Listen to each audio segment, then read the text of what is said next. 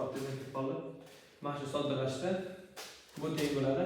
Mana bundan minus x kvadrat plus x minus 1 qilib yozsam bo'ladi. Buni endi 1 minus x ning kvadrati qilib yozsam hech narsa o'zgarmaydi. 1 minus x ning kvadrati. Xo'p, endi mana bu suratlar bir xilligi uchun qisqarib ketdi.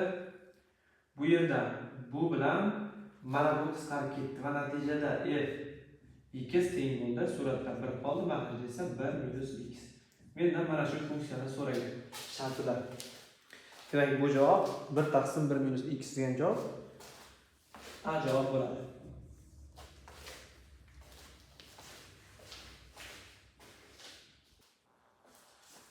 Xo'p, demak bu savollarimizda 23-savolimizda quyidagilardan nechtasi monoton funksiya? Monoton funksiya monoton o'suvchi, doim o'suvchi yoki doim kamayuvchi yoki doim o'zgarmas funksiya qaysi biri deyapti.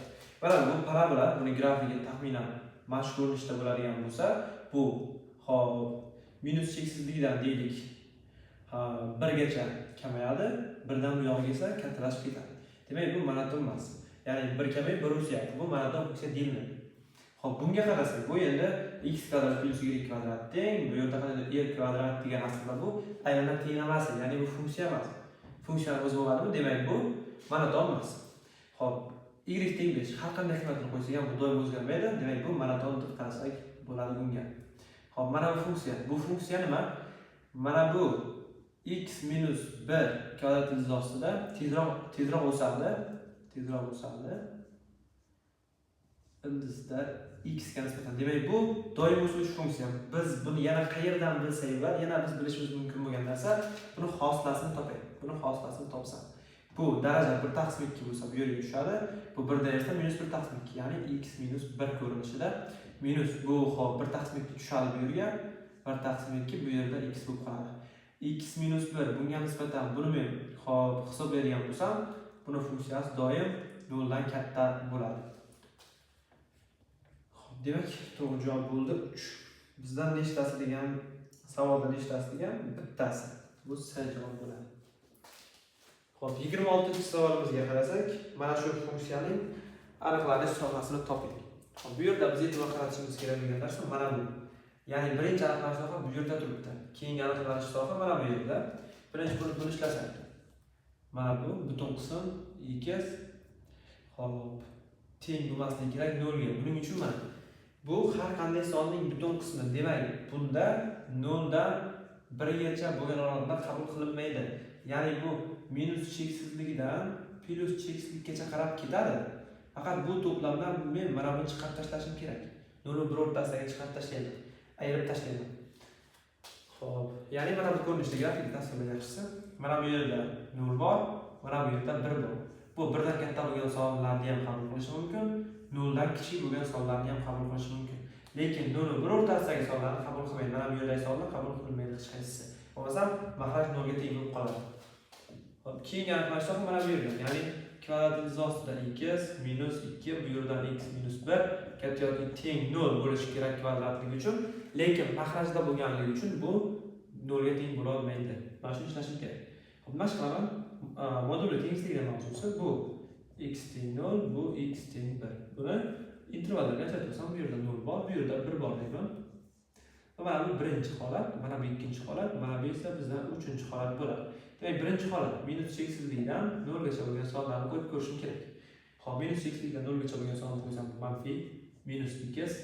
Xo'p, bu yerga qo'ysam, bu ham minus, minusligi uchun minus 2 bu yerdan minus chiqarib modul chiqib ketadi. Mana shu ko'rinishda bo'ladi. Katta 0 bu minus 2 hop plus 2 mana bu plus bo'lib qoldi. Bu bilan katta bu plus bo'lib qoldi. Ko'paytirsam 2 minus 2 katta 0. Bu yerdan 2 katta 2 dan. Lekin bunda birinchi holatimizda minus cheksizlikdan 0 gacha bo'lganini qabul qilish kerak. Bu esa javobdan xatodan chiqib ketdi. Men ikkinchi holatni ko'raman. Men ikkinchi holatni nima edi? 0 dan 1 gacha. 1 doza kirish mumkin, lekin 0 kira olmaydi. Xo'p, 0 bir o'rtasiga sonni bu yerga qo'ysam musbat, ya'ni qanday qilib shunday ochiladi. Bu yerga qo'ysam manfiy, ya'ni minus 2 bo'lib plus 2 modulni tashlab oldim. Shu katta bo'lishga 0 dan. Xo'p, bu yerdan x plus 2 minus 2 qat'iy katta 0 dan. Bu yerdan 3 ta x katta 2 dan x katta 2 taqsim 3 ta. Xo'p, 2 taqsim 3 mana bundan birlashtirsam keladi. Ya'ni 2 taqsim 3 dan katta va 1 dan kichik. Ya'ni 2 taqsim 3 dan katta va 1 dan kichik 1 keladi. 2 taqsim 3 esa kirmaydi. Ya'ni bu holatda yechimini topdim. Uchinchi holatim nima? Meni uchinchi holatimiz bo'ladi. 1 dan cheksizlikgacha bundan sonlar qo'yib chiqaman x o'rniga. Hop 1 kirmaydi, cheksizlik ham kirmaydi. Musbat. Ya'ni x minus 2 ko'paygan x minus 1 katta 0 dan qavs ochib chiqsam. Plus 2 katta 0 dan, bu yerda minus 2, bu yoqda 2 kichik 2 dan va bu bilan birlashtirsam 1 dan 2 gacha. 1 dan 2 gacha. Bu javob va mana bu javobni birlashtirib qo'yaman. Bu javob o'zi minus cheksizlikdan 0 gacha bu xo'p. Birinchi holatimiz. Minus cheksizlikdan 0 gacha bo'lgan. Bu javobda ham yo'q va 1 dan katta bo'lgan. Xo'p, va 1 dan katta bo'lgan. Mana bu 1 dan kichik bo'lgan javobni olyapmiz-ku. 1 degan son kirishligi mumkin va bu yerdan bitta 1 degan yechim chiqib qoldi hozir. Mana bu yerda 1 dan 2 gacha. 1 bunda kirmasdi, lekin mana bu shartimizni qanoatlantirganligi uchun 1 qayerdan shartni qanoatlantirdi? Xo'p, mana bu yerda shartni qanoatlantirdi. Va mana bu joyda qanoatlantirganligi uchun bir javob xatolik kirdi va 2 gacha. 2 esi qabul qilinmadi. 1 dan 2 gacha degan javob bo'ladi bu funksiyaning aniqlanish sohasi. Bu C javob bo'ladi. Xo'p, 27-savolimizga e'tibor bersak, 27-savolimizda mana shu funksiya uchun f 2y teng 10 bo'lsa, y ning barcha qiymatlarini ko'paytmasini toping. Xo'p. Mana bu yerga nechini qo'ysak 2y bo'ladi. Demak, bu yerda men x o'rniga 4y ni qo'yishim kerak. Shunda bu yerga qo'ysam 4y taqsim 2 bo'lib turib, 2y ni qaytarib beradi. F 2y teng bo'ladi. Bu yerga qo'ygan 2y ni 2y ning qavsi kvadrati plus 2y plus 1 teng 10. Mana shu holat. Xo'p. Bu bo'yicha buni kvadrat ko'tarib chiqsam 4 ta y kvadrat plus 2y plus 1 teng 10. Bu yerdan 4 ta y kvadrat plus 2y minus 9 teng 0 ko'rinishida bo'lsa, bu yerdan barcha y ning ko'paytmasini so'ragan. y1 ko'paygan y2 ni topsam, mana bu yerda minus 9 taqsim 4. Minus 9 taqsim 4 degan javob bo'ladi.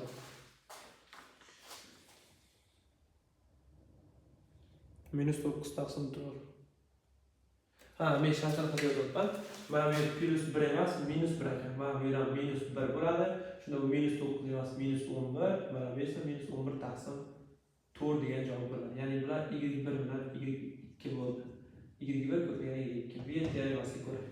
Buni diskriminantni o'rnidan katta qilib manfilik uchun. Demak, bu javobimizda mana bu yerga 4 y qo'ydim. Mana bu yerga 4 qo'ydim. 4 kvadrat 16. Demak, mana bu yerga 16 bo'lsa, minus 11 taqsim 16 ko'rinishda bo'ladi. Xo'p, 28-savolimizda mana shu berilgan va bizdan 2 ko'paygan f kattaligini x ni so'rayapti. Xo'p, birinchi bo'lib men kattaligini x topsam, xo'p, f kattaligini x topsam, har bir x o'rniga qo'yib chiqaman. Ya'ni suratda kattaligini kvadrat x mahrajda esa bu yerdan 1 plus kattaligini kvadrat x bo'lishi kerak. Men shuni kattaligini solsasiga ko'ra kosinus kvadrat x taqsim sinus kvadrat x qilib yozsam bo'ladi. Va bu yerdan f kattaligini x soddalashtirib chiqsam, xo'p, surat tursin. Shuni ham kelinglar. Kosinus kvadrat x taqsim sinus kvadrat x qilib yozib va buni mahraj beradigan bo'lsam, bu xo'p, suratda mana bu holatga keladi. Ya'ni alohida berib o'rsangiz, sinus kvadrat x plus kosinus kvadrat x. Bu sinus kvadrat x plus kosinus kvadrat x birni berganligi uchun mahrajdan bittani chiqarib olsam sinus kvadrat x dan sinus x qoladi. Va nima holat ro'y beryapti bu yerda? Mana bu 1 bo'ldi.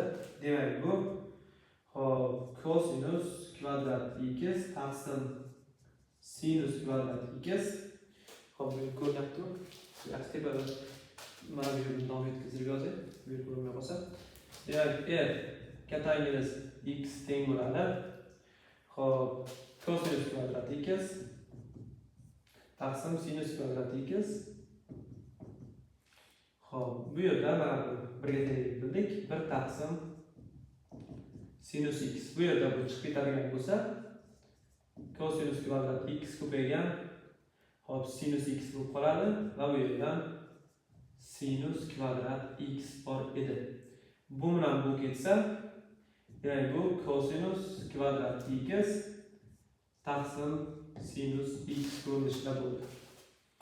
Mendan 2 ga ko'paytirganimizni so'ragan. 2 kosinus kvadrat x taqsim sinus x degan javob bo'lishi kerak. Ya'ni bu yerdan 2 ko'paygan bu kosinus x taqsim sinus x ko'paygan kosinus x ko'paydi. Ya'ni bu javob bo'ladi. Mana bu 2 katanginas x ko'paygan kosinus x ko'rinishida bo'ladi. Bu esa bizda D javob bo'ldi.